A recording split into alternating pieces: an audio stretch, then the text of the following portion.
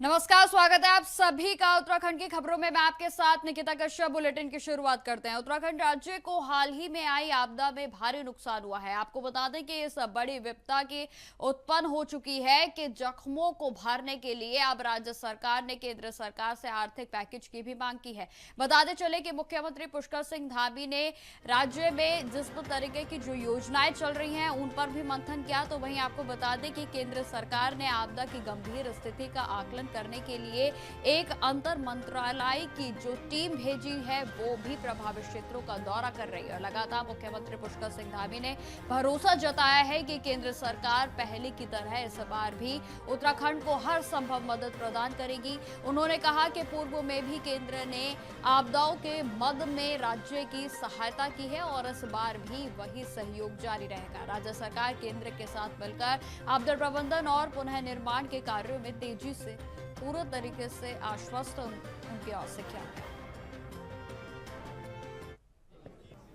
देखिए वो भारत सरकार के स्तर पर आदरणीय प्रधानमंत्री जी का, आदरणीय गृह मंत्री जी का मैं बहुत धन्यवाद करता हूं उत्तराखंड की जनता की तरफ से कि जब भी हमारे यहाँ पर कोई भी ऐसी आपदा आई है उन्होंने हमेशा बढ़ चढ़ कर हमारे राज्य का सहयोग भी किया है, हमको सहायता भी की है, हर प्रकार से हमारा मनोबल भी बढ़ाया है। और आदरणीय प्रधानमंत्री जी का आपदाग्रस्त क्षेत्रों का दौरा है और हम सब उसकी तैयारी कर रहे हैं। आदरणीय प्रधानमंत्री जी आएंगे, निश्चित रूप से जो हमारे राज्य का ऐसा प्रत्येक जनपद इस आपदा में प्रभावित हुआ है सभी का मनोबल भी बढ़ेगा। और निश्चित रूप से केंद्र की टीम भी पहले ही आ गई है, वो टीम यहाँ का पूरा सर्वे कर रही है, आकलन करके हमको जैसे जोशीमठ में अन्य आपदाओं में भारत सरकार की तरफ से सहयोग मिला है, इसमें भी निश्चित रूप से हमको सहयोग मिलेगा।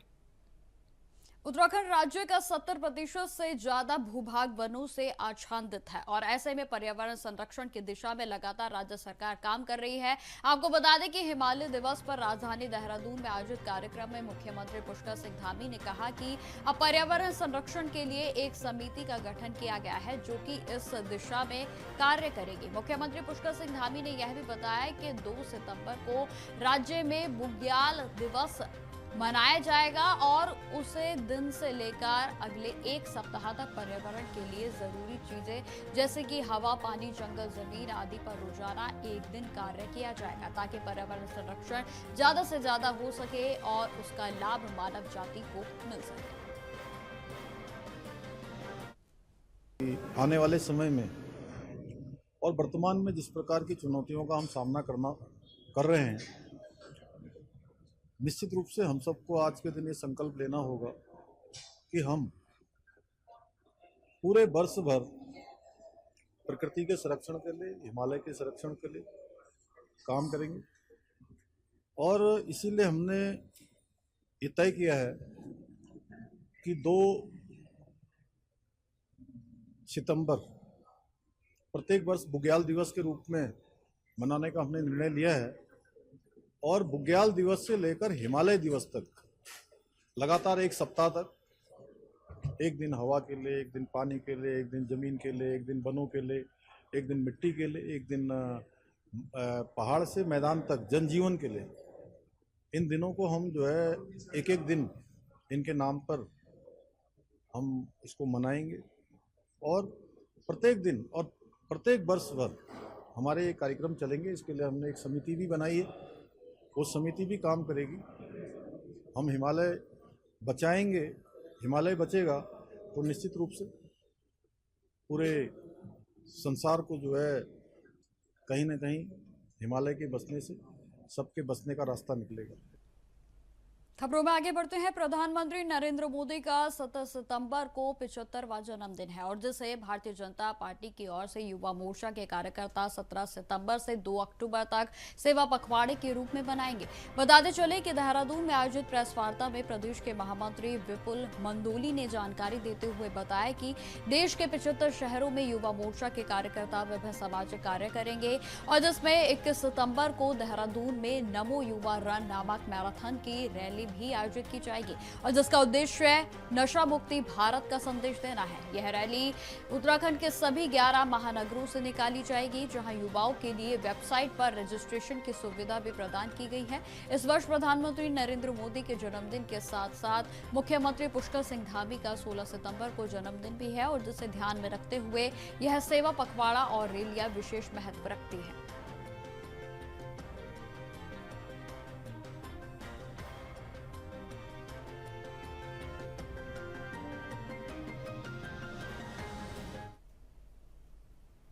देहरादून में Himalayan institute for learning and leadership यानी कि हील के तहत 3 दिवसीय हिमालय कॉलिंग 2025 सम्मेलन का शुभारंभ हुआ। आपको बता दें कि इस सम्मेलन का विषय है कि हिमालय के साथ उठो और एसडीसी की गति को बढ़ाओ, और जिसमें 700 से अधिक छात्र, 1600 प्रतिनिधि और 25 से ज्यादा सत्र के साथ साथ 128 वक्ता शामिल हुए। बताते चले कि राज्यपाल जनरल गुरमीत सिंह ने हिमालय को धरती और आत्मा का संरक्षक बताया है और इस सम्मेलन को सामूहिक प्रतिबद्धता का प्रतीक करार दिया। बताते चले कि यूपीईएस के कुलपति डॉक्टर राम शर्मा ने इसे एक जीवंत कक्षा बताते हुए शोध और सतत विकास लक्ष्यों को जोड़ने वाली एक पहल कहा, जहां सम्मेलन में 10 पद्म पुरस्कार विजेता भी शामिल हुए और जो इसे और भी खास बना रहे हैं। सम्मेलन के दौरान 400 से अधिक हिमालयी उत्पाद और फोटोग्राफी के साथ साथ प्रदर्शनी भी आयोजित की गई थी और जिसमें 3 दिनों तक पर्वतीय आजीविका, खाद्य सुरक्षा, आपदा प्रबंधन, ऊर्जा अनुकूलन के साथ साथ जलवायु परिवर्तन और सांस्कृतिक धरोहर जैसे महत्वपूर्ण विषयों पर विमर्श किया जाएगा।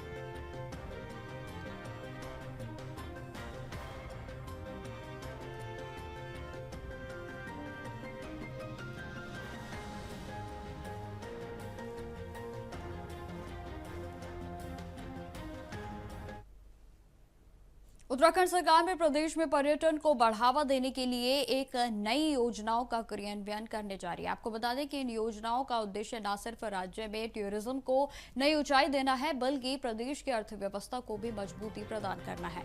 सरकार खासकर होम स्टे मॉडल को प्रोत्साहित कर रही है और जिससे कि स्थानीय लोगों को रोजगार मिले और बाहरी राज्यों से आने वाले पर्यटकों को बेहतर सुविधाएं मिल सके। और इसी कड़ी में टूरिज्म को विभाग के द्वारा एक निजी होटल में विशेष कार्यक्रम आयोजित किया गया और जिसमें कि राज्य के विभिन्न क्षेत्रों से आए टूरिज्म स्टेक होल्डर्स ने भी भाग लिया। बताते चले कि कार्यक्रम में पर्यटन मंत्री सतपाल महाराज ने जानकारी दी कि टूरिज्म के क्षेत्र में सुधार और विस्तार को लेकर गहन चर्चा की गई है। उन्होंने कहा कि उत्तराखंड की संस्कृति, प्राकृतिक सौंदर्य और धार्मिक स्थलों को वैश्विक स्तर पर प्रमोट कर टूरिज्म को नई दिशा दी जाएगी।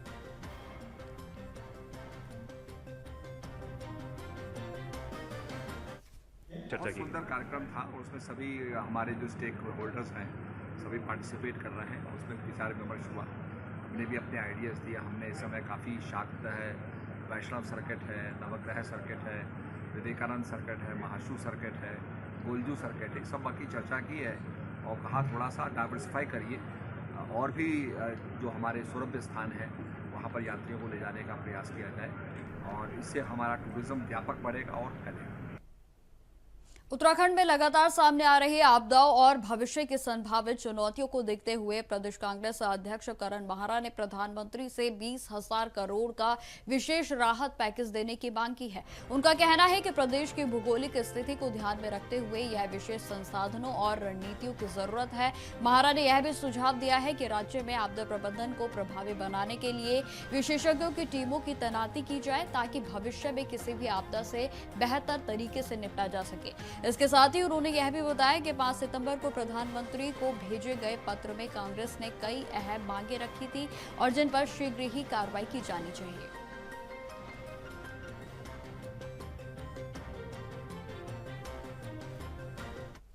देखिए, मैंने पीएम मोदी से मांग की है कि उत्तराखंड को अलग से राहत पैकेज दी जाए और मैंने पत्र जिस दिन लिखा था उसमें और आज मेरे आंकड़ों में परिवर्तन आया है। मैंने 10,000 करोड़ की मांग की थी, सरकार ने 5700 करोड़ मांगा है। पर मेरा ये मानना है कि अकेले जोशीमठ को, जो पिछले वर्ष की घटना घटे पिछले 2 सालों में, जोशीमठ को ही ठीक करने में 6,000 करोड़ रुपए की आवश्यकता है।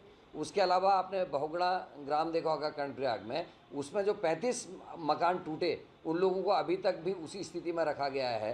गोपेश्वर में जो घटना घटी वो हाल है। नैनीताल में बलिया नाले से लेके तमाम जो है वो दरक रहा है। ऊपर खटिया हो गया, खाती गांव हो गया, भराड़ी हो गया, सौंग हो गया, वहाँ भी आपदा आई हैं, वहाँ का को पैसा नहीं मिला। धारचूला में बहुत जगह ऐसी घटना घटी वो पैसा नहीं मिला। तो कुल मिला के उत्तराखंड को कम से कम 20,000 करोड़ की आर्थिक सहायता दी जानी चाहिए ताकि हमारे गाँवों को भरा जा सके। और जो टीम है आकलन के लिए भेज रहे हैं, अच्छा होता कि नरेंद्र मोदी और यहाँ की सरकार आकलन के लिए टीम ना भेजकर यहाँ ऐसे वैज्ञानिकों की टीम भेजती, ऐसे भूवैज्ञानिकों की टीम भेजती, ऐसे साइंटिस्टों की टीम भेजती जो आने वाले समय में होने वाली चुनौतियों का सामना करने के लिए किस तरीके से उत्तराखंड को अपने को तैयार करना है उसकी रूपरेखा तैयार करती। खबरों में आगे बढ़ते हैं। अब खबर नारसन से है, जहां विकासखंड कार्यालय में प्रधानमंत्री सिंचाई योजना के तहत किसानों के द्वारा सुबह से ही आवेदन किए जा रहे हैं। आपको बता दें कि इस योजना के तहत सिंचाई के लिए ट्यूबवेल लगाई जाती है और आवेदन पहले आओ और पहले पाओ के आधार पर लिए जाते हैं, और जिसमें विकासखंड कार्यालय पर किसानों की भारी भीड़ जमा हो गई और जिसे देखते हुए पुलिस ने भी व्यवस्था कड़ी कर दी है। बताते चले कि सहायक खंड के कृषि अधिकारी अरविंद मलिक ने इस पर जानकारी देते हुए यह भी बताया कि इस योजना के तहत किसानों को ट्यूबवेल लगाने के लिए सब्सिडी दी जाएगी और जिससे कि किसान बहुत ही खुश हैं।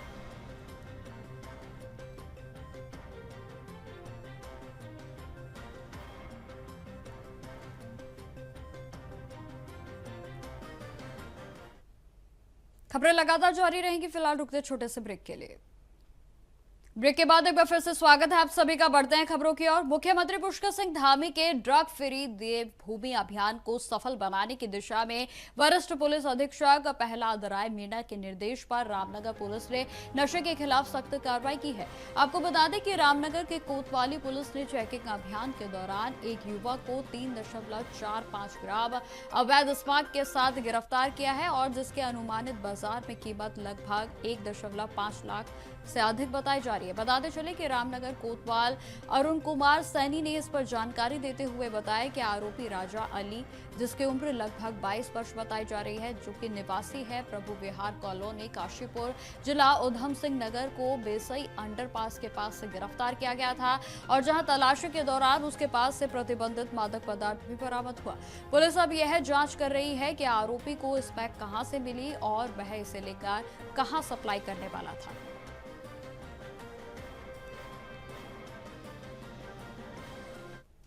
पुलिस से लगातार नशे के विरुद्ध अभियान के तहत आज चौकी पीरू मदारा द्वारा एक राजा अली जिसकी उम्र 22 साल है 3.5 ग्राम स्मैक के साथ गिरफ्तार किया गया है। अभी उसके विरुद्ध मुकदमा पंजीकृत किया गया है, माननीय न्यायालय पेश किया जा रहा है। इसकी कीमत लाखों में है और इसके संबंध में कहाँ से लाया था और कहाँ बेचने वाला था, इस संबंध में भी हमारे द्वारा इन्वेस्टिगेशन की जा रही है। खबर रामनगर से ही है, जहां पर साइबर ठगी और धोखाधड़ी के 2 अलग अलग मामलों में कुल 4 लाख से अधिक की ठगी की गई है। बताते चले कि दोनों मामलों में रामनगर कोतवाली पुलिस ने एफआईआर को दर्ज करते हुए जांच को भी शुरू कर दिया है, जिसमें पहला मामला सामने आया है हरजिंदर पाल नामक व्यक्ति का, जिसे विदेश में नौकरी दिलाने के नाम पर 3.25 लाख रुपए की ठगी का शिकार बनाया गया। बताते चले कि आरोपी विशाल पुंडी निवासी सहारनपुर यूपी ने झांसे में देकर पैसे आए थे। तो वहीं आपको बता दें कि दूसरा मामले में श्रद्धा सिंगल नामक की एक महिला के साथ साइबर अपराधियों ने धोखाधड़ी कर क्रेडिट कार्ड से लगभग 80,000 और डेबिट कार्ड से 1 लाख से ज्यादा पैसे उड़ा लिए गए।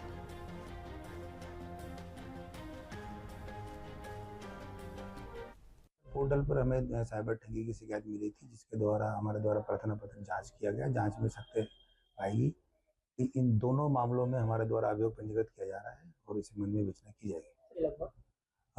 एक मामले में 1.5 लाख है और एक में 3.5 लाख के करीब की ठगी की गई है। बाकी इस संबंध में हमारे द्वारा जांच की जा रही है। हरिद्वार पुलिस ने अपनी तेज और पावर पैक कार्रवाई से 36 घंटे के भीतर रुड़की के पिरान कलिया क्षेत्र में हुए अपहरण और हत्या के केस को हल कर दिया है। आपको बता दें कि होटल संचालक नसीर के बेटे का अपहरण कर हत्या की गई थी और परिजनों से 25 लाख रुपए की फिरौती मांगी गई थी। घटना 6 सितंबर की देर रात हुई और जब युवक को फोन पर बुलाया गया, तो वहीं आपको बता दें कि अगली सुबह फिरौती की कॉल आई और जहां पर पुलिस ने मुखबिर तंत्र और साइबर सेल की मदद से अमजद और फरमान नामक 2 युवकों को गिरफ्तार कर लिया है। बताते चले कि जांच में पता चला है कि ये दोनों 7 साल से होटल संचालक के यहां पर किराए पर रहते थे और यूट्यूब पर क्राइम पेट्रोल देखकर अपहरण की रणनीति बनाई गई थी।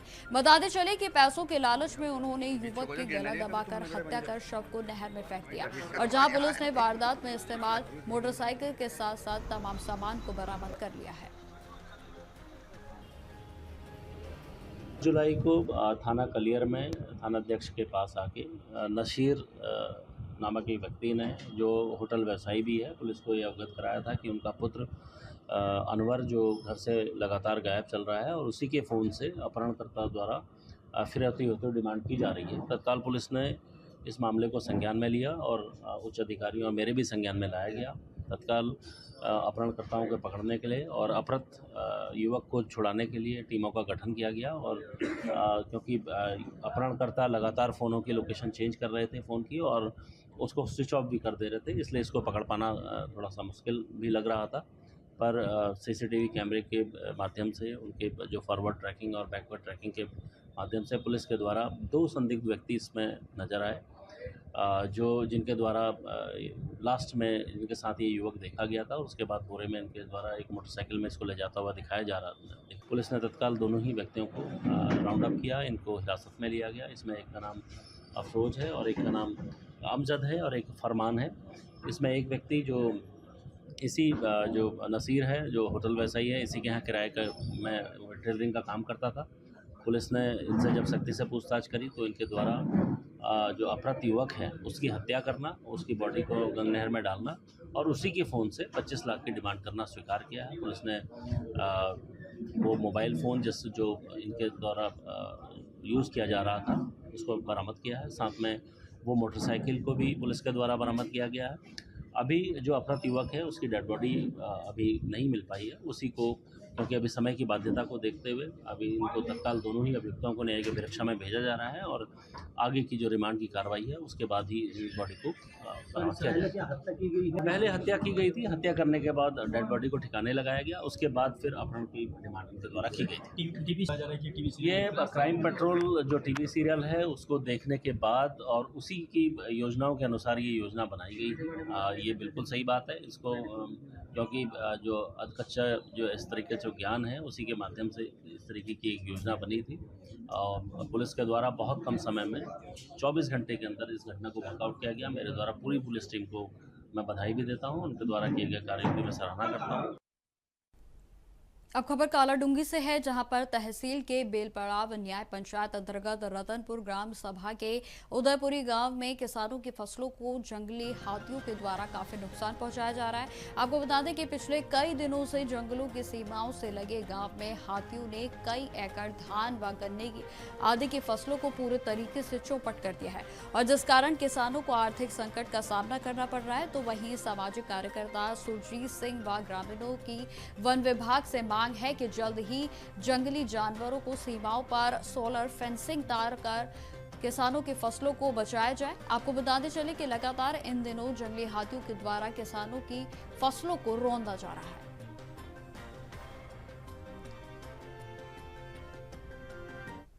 कौन 25-30 हाथी जो है यहाँ पर पहुँच रहे हैं और किसानों की फसलों को ऐसे रौंद के चले जा रहे हैं कि किसान बहुत परेशान है। अगर किसान भगा रहे हैं हाथियों को तो हाथी जो उनके पीछे पड़ रहे हैं। अब क्या करेंगे? अब ऐसा है कि हाथियों को कैसे रोका जाए? हम तो सरकार के आगे या मतलब जंगलात उनसे मतलब हम यही मतलब कहना चाहते हैं कि वो जी यहाँ पर जो है खंती खुदवाएँ और यहाँ पर जो है सोलर पैनल जो होता है करंट वाली तार का वो लगवाएं, जिससे कि हाथियों का आतंक यहाँ पर रुक पाए और यहाँ पर किसान जो है इस परेशानी से जो बच पाएँ। और हर तो इसीलिए हम मतलब जंगलात वालों से यही कहना चाहेंगे कि आप कृपा करके हमारी जो ये परेशानी इसको आके आप देखें और इस परेशानी को देखकर नज़रअंदाज न करें और इसको मतलब सही तरीके से जो है किसान की हर परेशानी को दूरी किया जाए।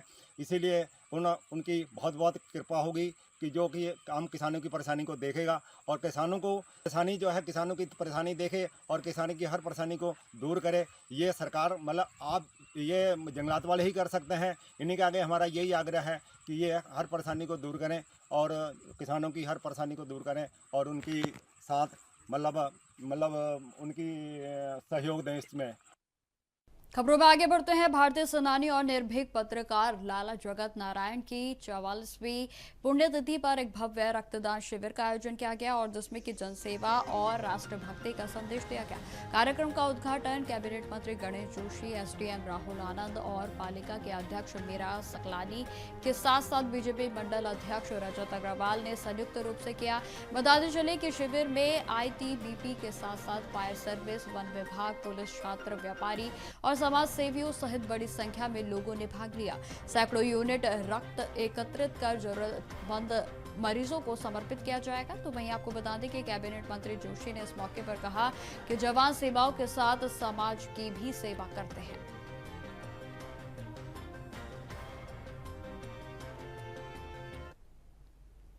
तो फिलहाल मेरे साथ इस बुलेटिन में इतना ही। देश दुनिया की तमाम खबरों की जानकारी के लिए बने रहे हमारे साथ। नमस्कार।